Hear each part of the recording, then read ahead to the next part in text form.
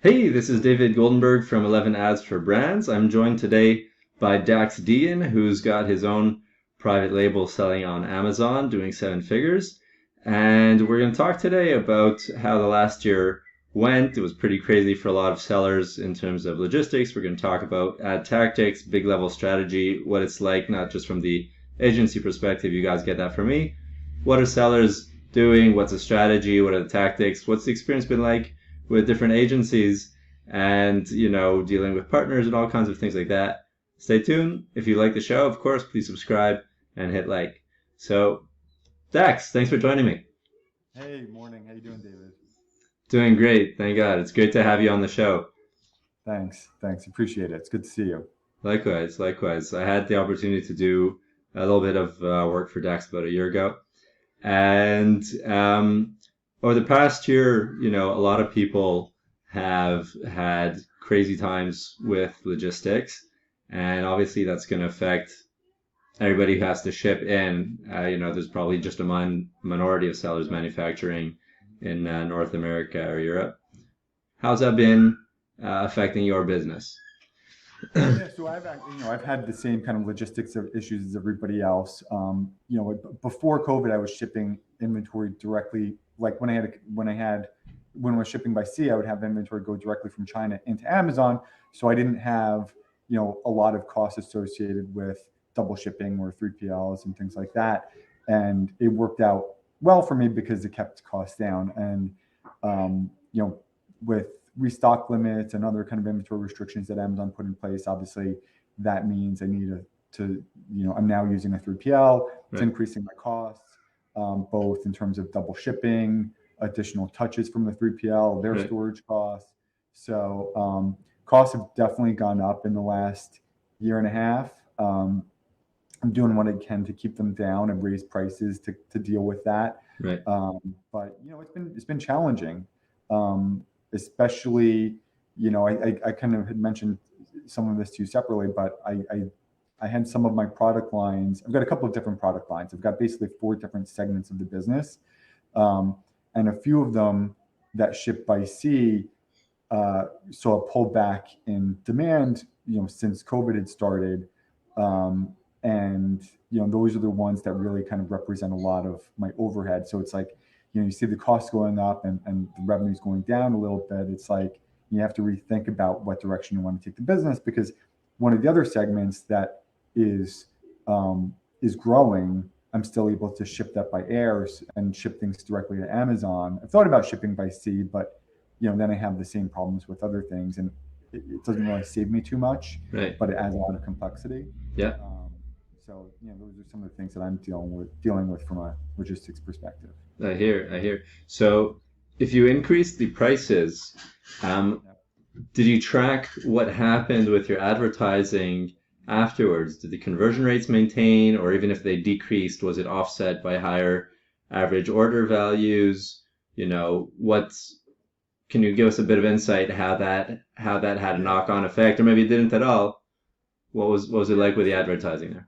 So conversion rates actually, stayed pretty strong. I didn't see a big drop in conversions. That's great. Um, and now I, I I I use an agency for ads, and we meet weekly to discuss performance. And we generally, when we look at conversion rates for the account, we generally look at that at the account level, Right. because that's the easiest reporting to get. Sure. Because I have four different segments, it, it's it benefits me more if I can see that those conversion rates from by each segment. Right. Um, Sorry, my dog. No worries. um, so it benefits me if I can see that by segment. You can't get those reports too easily. So I actually hired a VA to go into my business reports, like once a week, download that data Right. so I can really kind of see, by segment. But again, fortunately, it's stayed strong even with increase in prices. Wow. Um, and when the conversion rates are better than they were a year ago. No kidding. In fact, yeah. Ah. Yeah. And have you seen that your competitors have also increased prices, or is it just your prices have gone up, but the conversion rates managed to, in fact, Yeah. increase? So I didn't. There's one product line where I didn't raise the prices because I'm not sure if it can withstand a price increase there, but I think that one is profitable enough that I can just kind of absorb the cost there. Right. My other product lines, I actually did not see competitors raising prices too much. I mean, some products I keep a closer eye on than others. Right. My main product line, my best seller, the competitors did not raise their prices. Wow. So I'm you know I'm a few dollars more expensive than my top competitor. I mean, I think I'm probably $5 more expensive on they're sub 20. I'm more than $20 a unit. So $5. That's significant in that market. Significant, but my conversion rates are good. That's great. But the interesting thing is there, I don't rank that well organically for some of the main keywords. Sure. At least when I say not that well, I'm on the first page. I'm, but given like all the ad spots and the editorial recommendations and things like that, it's, even if you're ranked like number 4, you're still kind of like below the fold at that point. For those of you, sorry, I'll just, for those of you who aren't familiar with what Dax is referring to when he says below the fold, right? It's a term that carried over to the digital age from newspapers, where you used to have, a broadsheet folded over like that. So if it's above the fold, you can see it without, opening up to see the bottom half, the stories that editorial considered less important. In the digital world, that means you can see it on what loads immediately without needing to scroll down, right? So if your product listing is above the fold, obviously you get more eyeballs, more clicks, and more sales. Sorry, so go ahead. So you're ranked below the fold on your main product line, you're saying. But I dominate the page in a lot of other ways with my ads. That's great. I've got the headline ad spot. I've got one of the top couple of sponsored ads, sponsored products, sponsored product ads. I've got the video ad. Nice. Sometimes I'll show up in the editorial recommendation, or not necessarily the editorial recommendations, but the Amazon recommendations. Sure. I'm trying to see if I can get into the editorial side, but like I'm plastered. That's great. That first page. Yeah. And I sell, I sell kind of neck and neck with the best seller of comparable product type in that category. I mean, he usually beats me out by a little bit. Yeah. But I overtake him sometimes. Right. Even being, from a kind of unit perspective, even though I'm again more expensive, $5 more expensive than him. And you might be making potentially a lot more profit if you've got an extra $5 of margin in there, and that's maybe also allowing you, as you're saying, to plaster yourself on the ads, right? So they may have the one organic listing, but if you're getting 4 or 5 of those positions from the advertising, right? So that could be making up for it, and that's something that really encourage customers and just anybody we speak to. If you see keywords working well in one ad type, why wouldn't you double down and try to get more of that traffic? Get it from your sponsored brand headline, get it from the video, get it, sponsored display. There's ways you can not get it from necessarily from search. You can't target keywords with display, but you could target the ASINs that are ranking in search, and it's kind of like what we call second chance targeting. I actually got that from a guy called Jeremy Shoemaker back in the Google days. Anyhow, so I'm not, go ahead. I was going to say, my best-selling line, that's sort of like the landscape. Not, I don't have that across my business. I would love to, but it's every segment's a little bit different. Yeah. So tell us what are some of the what's your number one metric that you're looking at in terms of managing your ads? Is it you're looking at gross revenue, you're looking at the ROAS, aka ACOS? I mean, it's the inverse of ACOS, but for practical intents purposes, is it something else? You're looking at new to brand, you're looking at something else? There's a couple of things I look at. I don't know, like it's hard to say what the number one thing. The total ACOS. I look at the total ACOS more than just the ACOS. Sure. But in connection with that, I want to see my total sales, right? Because it doesn't make sense to have a great total ACOS if your sales are down. Right. 20% in order to kind of keep that, right? Yeah. So I kind of look at those hand in hand. And then I also like to keep an eye on the percentage of PPC sales versus organic sales, but that kind of ties in with the total ACOS too, Right. because I'm not as concerned about my ACOS.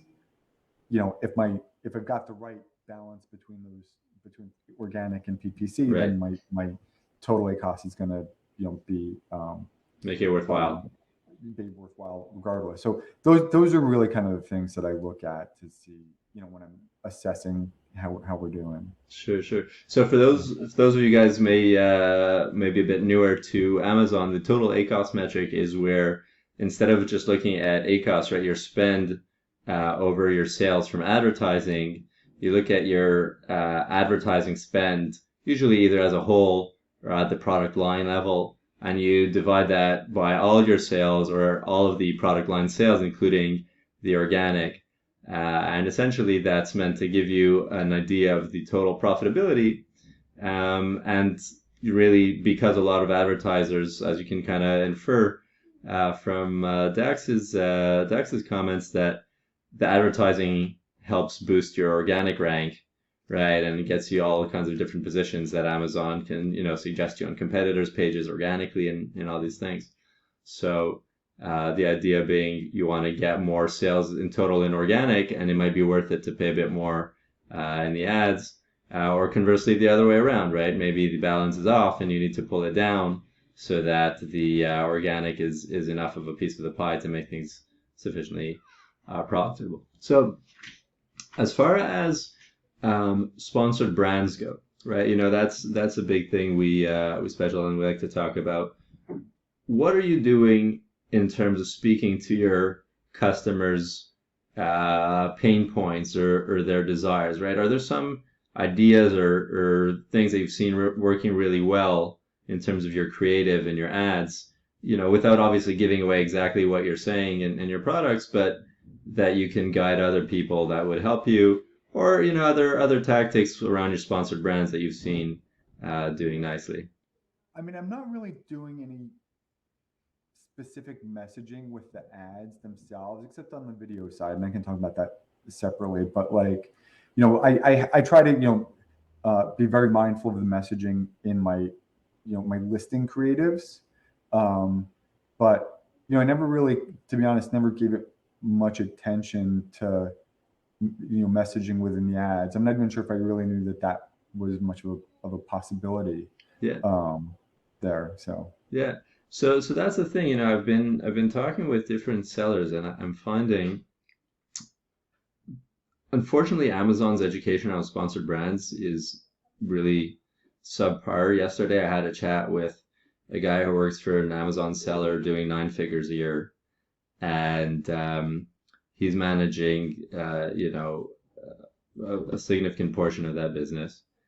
And I showed him something about the targeting, even in the sponsored brands, that's different from how it works in sponsored products. And he didn't know that because, and I don't blame him, but Amazon just put this in a blog post like 3 years ago. And it's basically flown under the radar of virtually everybody. And I show him, you're targeting X. This is sponsored brands. If you guys are interested, the broad match, you can check out the video. Put the link up either within this video, or you can check the comments, the description of this video down below for the link. But basically, it's different between sponsored products and sponsored brands. With sponsored brands, broad match really works like an automatic campaign because Amazon also targets related keywords, right? And so their understanding of related is extremely, extremely vast. We worked with a guy selling alcohol wipes. I can share this because, unfortunately that business was very COVID related, didn't work out, not specifically because the ads. Anyhow, the previous agency that he'd been working with targeted, I think, alcohol wipes on just regular broad match, and they matched him to Hulu, right? Like the Netflix competitor. So that's related according to the algorithm. But around messaging also, right, to your point, most sellers go through this transition from I've got sponsored products working, and I want to expand my advertising, double down on the keywords that work. Let me do sponsored brands. But there's this big difference where you can work on the messaging, and you don't have to put all the exact match keywords into one campaign like many people do for the sponsored products. You can break it down according to what the intent is, right? You probably have different audiences even within one product line, right? And you can see that reflected by how they're searching for the products, right? So for example, if somebody says alcohol wipes as opposed to cleaning wipes, right? There's a significant nuance there. One is really feature focused, and one is use case focused, and you need to speak to them differently. You were saying you can tell us about what you're doing with the videos. I'd love to hear more about that. Yeah, so it's interesting. So I always had trouble getting good videos done. I would hire some people. So videos, if you want to get good videos done, like it can be expensive, right? And I have a lot of products, a lot of SKUs, and I tried, I reached out to some people, and it was like, to get it done for like a decent number of products was expensive. So I had a nice video done for like my main product. Yeah. And the issue over the years when I tried to get videos done is that the quality of the video itself would be very good, but then when they would, edit it and try to put it together into like a final video, they would miss the mark in terms of the messaging and the benefits and the features that like I would try to guide them, but it would just never really be right. And sometimes it would be even, wrong enough that I couldn't even use it. Wow. So that's frustrating after you spent all that money. Yeah. Like, so, what I did is I started to, I have After Effects, which is an Adobe program. And I actually, I first started just subscribing to Photoshop because it's something good to have as a, sure, in this business. And then I had upgraded it to like all the Adobe products. And I think I'm paying like $30 a month or something like that for it. And one day I was like, you know what, let me see if I can put together a video myself. And I tried After Effects. It took me, maybe a day or two to learn it well enough to like, to actually do something. Right. And so I took some of the videos that I had, that were done, and I just kind of sliced them and diced them, put some background music, added some text, and really focused on the features and the benefits that I wanted to present, how I wanted to present it. And I used them on the listings. I also give them, use them for ads. Great. And then, for some of the other products where I don't even really have good video content, I took some stock videos from a service. I think it's called Storyblocks. Sure. And some pictures of my products, and again, just kind of sliced and diced that stuff together. Yeah. And I've got now videos for almost all my products. Very nicely done. Based on that, it was worth the effort, and it was really in the end like pretty low cost to do it all. I had to learn it myself, and it took some time, but right. A couple of weeks. Yeah. And I was able to kind of work through most of that. Yeah. Yeah. I want to point out to our viewers an important tip that maybe you guys, if you weren't paying close enough attention, you might have missed in something Dax said. He said he added text to the videos. Why does this matter? If you dig into the sponsored brand video reports and you look at what percentage of people are pressing play to hear the audio, it's something like 0.3%, right? Like 3 people in 1,000. Meaning, if you've got music that you've licensed or whatever, fine, do it. But don't count on an actor or actress speaking your benefits to the audience, right?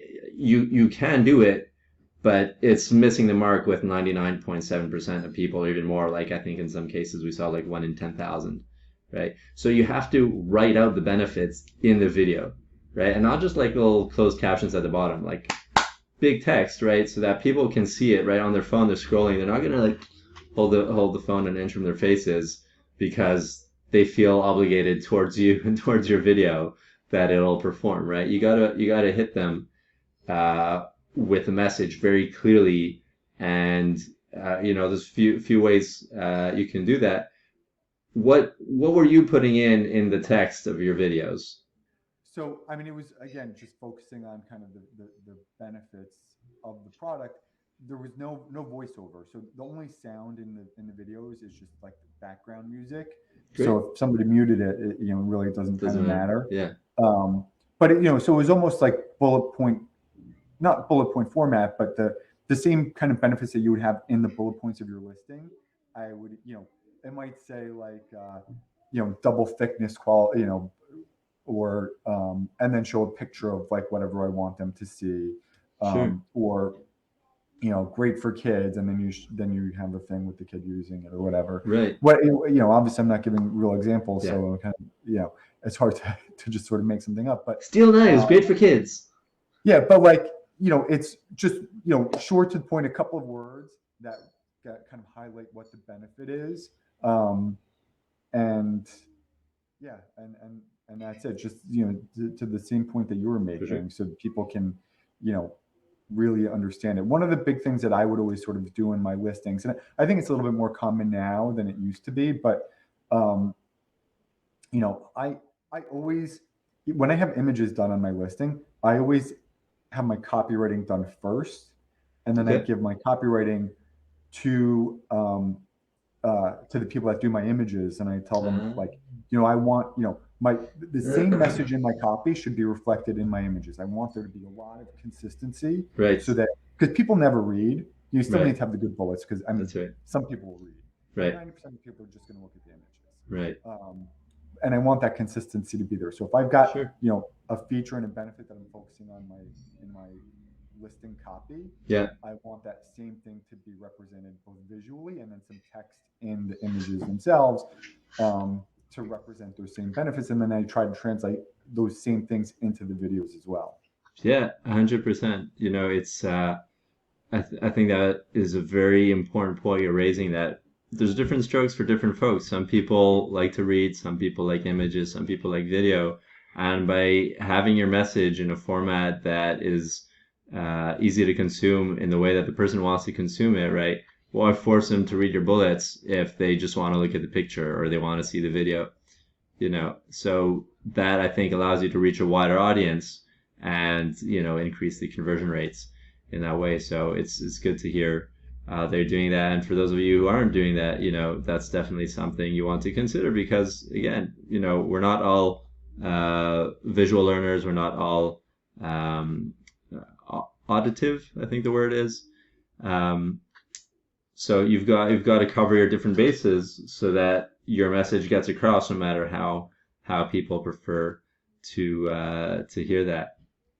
And to close out, what are some big opportunities that you see in the Amazon landscape? One, and number two, if you have any other people that maybe are known or less known in the Amazon landscape who you think I should interview next, I'd love to hear that. So, what are some big opportunities you're excited about on Amazon So, right now?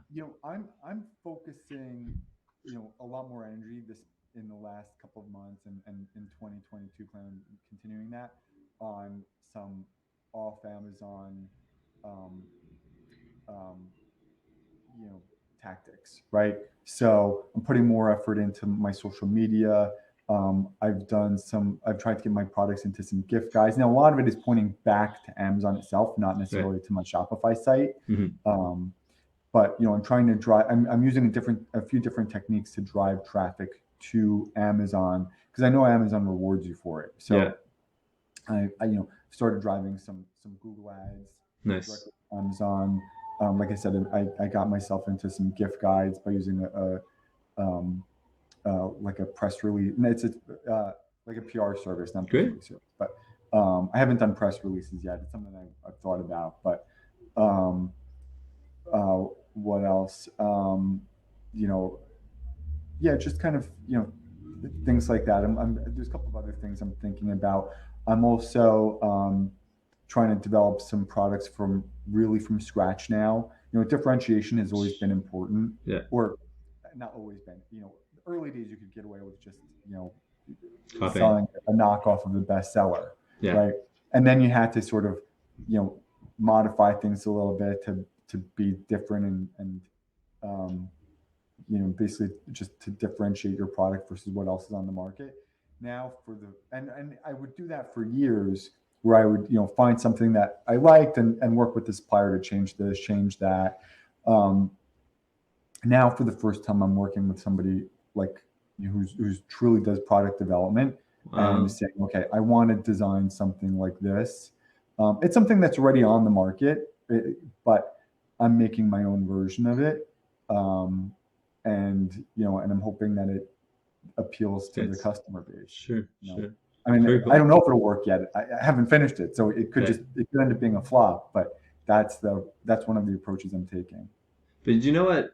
One thing that I emphasize for my team, and I think any seller who's been around the block like you, and those of you who are newer and aspiring to build up your businesses, this I think the number one rule, and you hear also Jeff Bezos talk about this a lot, but is ex experimenting isn't a flop unless you fail to learn the lesson, right? And it's true very much about ads, right? You see this all the time. A campaign that isn't profitable is not a failure unless you fail to learn from it, right? If you learn from it, it's tuition, right? So even if, let's say, your first iteration of this product, is just a modest success or just break even, that's okay because you can then look at the reviews and you can speak to customers and figure out, oh, you know what, they needed this different, they need that different, and then version 2 comes out and version 3, right? The Kindle, Bezos has all these videos talking about, they did this, it was a flop, they did second version, it was a flop, and then eventually they iterated to where it was a big success. And that's something that's, just essential for your advertising, right? Yeah. Start today, but optimize tomorrow, right? Start today, because if you just say, well, until it's perfect, I'm not going to launch, you'll never get anywhere. But the corollary is that you do need to make it better tomorrow, right? You can't just be like, oh, well, I started, I'm good, I'm going to stay where I am. So that's, I think, something that people really need to focus on. If you want to share, if you know somebody, if you do, that's great. If not, it's fine. But maybe some suggestions on who to interview next for the channel who you'd like me to chat with. Yeah, I mean, it's hard to offhand. I don't know who I can think of. I can maybe try to make some suggestions offline, but I don't want to. I don't want to be put on the spot here No throwing out a worries. name. No worries. I Um, surprised you with that a bit. Okay, the one other thing that I'll add, please. to something that's sort of on my mind in kind of the behind the scenes context with everything is the exit. And I know there's been a lot of discussions about the sale of Amazon businesses over the last 18 months or so. So like a lot of what I'm doing now is like, okay, I want to, you know, I think I might try to like exit in the next 3 to 5 years. I'd love to Cool. try to get to an 8-figure exit. That's kind of my goal. Nice. So that's so a lot of what I'm doing. I'm also trying to work on like some processes in my business. I'm putting together some standard operating procedures. Nice. I've hired some people like to Congrats. to take some things off of my hands. And then even like the thing like developing my own product, it's something that's unique to me. I've got to find out what my patent capabilities will be once Right. it's done. But I think that's something that becomes valuable from a buyer's perspective. Sure. So a lot of the things that I'm looking at really have um, long-term implications or benefits, hopefully. Yeah. Yeah, absolutely. No, that's really key, and we spent a lot of time on that. Just documenting what is our process for this, what's step one, what's step two. Mhm. Kind of flow charts on if Yeah, it's like this, you do that. If the data shows you differently, here's how you handle yeah, it. And things are changing so much. It's like this constant challenge to keep up and make sure that your processes are updated relative to where things are. But that's part of the game. yeah. And it's hard to go from being a one-man operation to more than that. And I'm Yes. sort of in that place where it's mostly me, but over the last year I've have some people helping me, and Great. I'm trying to get beyond just the single guy here. Right. Right. Right. Okay. Well, Um, I wish you a lot of luck with that. B'chavetz lecha, as we say here in Jerusalem.